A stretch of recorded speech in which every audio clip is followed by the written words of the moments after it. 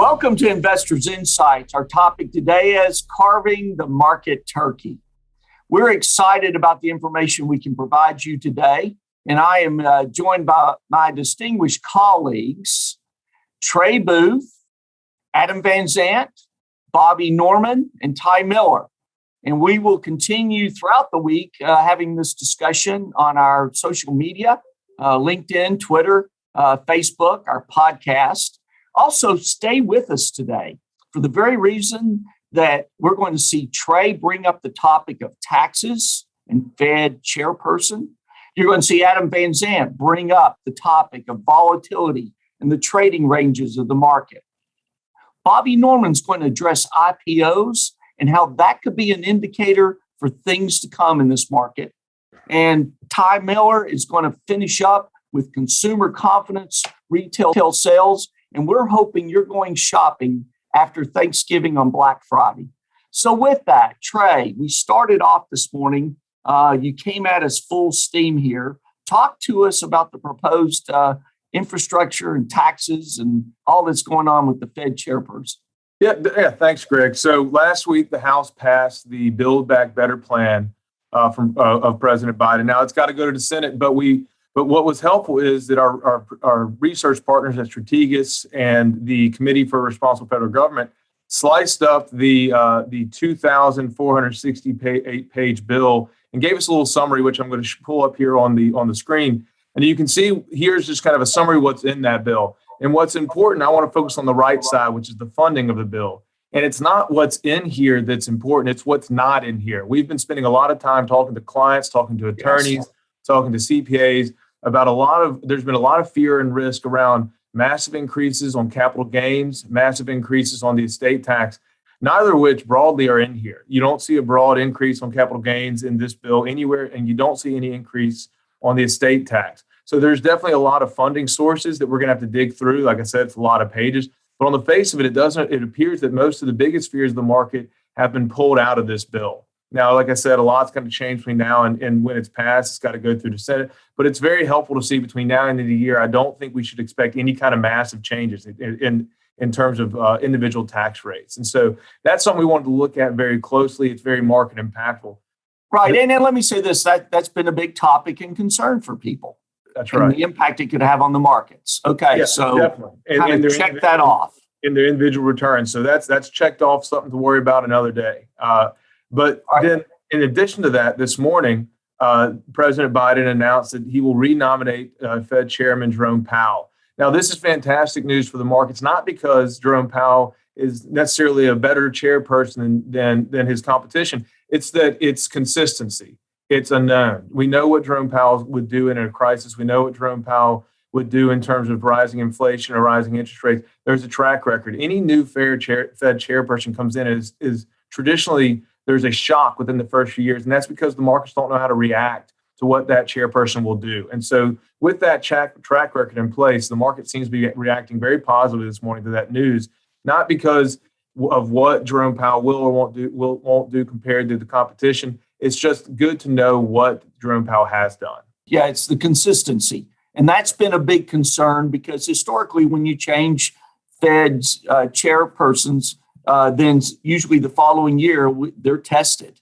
So this consistency kind of checks that box as we carve the market turkey here about all the issues that everybody was worried about. So great points, Trey. And Adam, with that, as everybody had worries and concerns and the market would edge up, trade back, you gave us the trading ranges there. As we go into Thanksgiving here, tell us where we are as we start to approach year end. Thanks, Greg. And to your point, we had a lot of concerns going into November, a lot of issues on the plate, for lack of a better word. But, for the month of November, it's been really good to the markets. So on Friday's close, we actually saw less volatility last week than we have in a while. The S&P 500 closed at 4,697. That gives us a new resistance level of 4,730 with a new support level of 4,670. We're also seeing moving day averages going up for the S&P is finally crossed over that 4,500 mark, 4,511 to be exact. So while this week is a shorter week, it is a very important one as well going into the final month of December and also into the 2022 year. And hopefully it's one we'll be thankful for. No, you're right about that. And historically, there are no guarantees. But the day after Thanksgiving, that Friday, we watch closely because it can be one of the best days of the year in terms of market performance. So we will be watching it very closely and keeping an eye on the trading ranges you're talking about. So again, another box checked off of concerns volatility. Can this market go higher? And then from the standpoint, Bobby, as people go, well, all that sounds great as we check those boxes off. But what are you guys looking at in case there may be some gaps or things that could cause a downturn in the market? Talk about initial public offerings. Yeah, last week we talked about some interesting topics that our viewers could bring up with friends and family over Thanksgiving. And one that's interesting and one that we're watching carefully that could cause future volatility in the market is the recent and the current IPOs or initial public offerings. And one recent IPO of an electric car maker has us analyzing the current IPO market. And after its IPO, the new car maker actually had a higher valuation than both Ford and GM. There's just one slight problem. That new company doesn't even make a profit. So in fact, as you can see in this chart, in the last year, only about 20% of IPOs were by companies that actually make money. And this is a complete reversal since the 80s. So and when 80% of IPOs were profitable. And the reason we're watching these valuations carefully is that it's reminiscent of 2000. As you can see in this chart again, when just like today, a tiny percentage of IPOs were actually profitable right before the dot-com crash. So again, we don't think we're about to see another dot-com crash or pullback, but we're always analyzing all areas of the market for potential trouble. Excellent points. Just because investors out there start to get so happy about all these IPOs coming out, and they'll just put their money into things that they feel like is the future.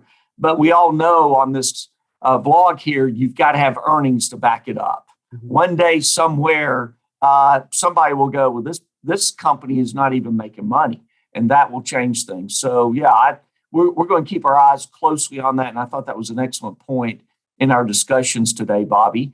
And then Ty, as we approach Black Friday here, you talked about consumer confidence and what's happening this year in relation to last year. So give us some more insight about that. Despite all the concerns we've seen, inflation, labor shortages, supply constraints, we even talked last week on our blog here about consumer sentiment taking a dip. Despite all those concerns, October retail sales came out last week and they were much stronger than expected. That's great. 1.7% over the month and up 16% over last year. Now, you're probably saying, well, two things. We're paying more now, and last year was a COVID year, which are fair points. But, pricing only accounted for half of that gain.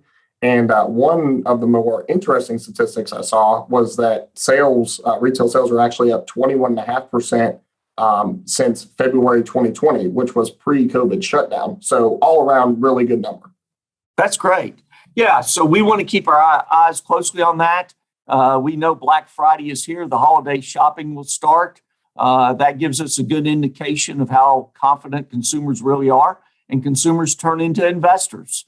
So we've got a lot of positives out there, but we're going to watch scenarios like the IPOs and others just in case. So Ty, great points on your part. And hopefully those of you as our viewers who fully understand that we are doing the financial blueprints in relation to the portfolios and watching all these market details as we move forward, as we approach the end of the 2021 year. We hope you have a great Thanksgiving. We hope the day after Thanksgiving, you go out there and take in some of those sales, whether online or out shopping, that everything is great for you, because we're very thankful for you. Every day here at Five Plan Partners, we enter these doors to see to it that we help our clients have better, richer, fuller lives, and we want to make a difference. We thank you for your trust and confidence in us. Have a great holiday. Talk soon.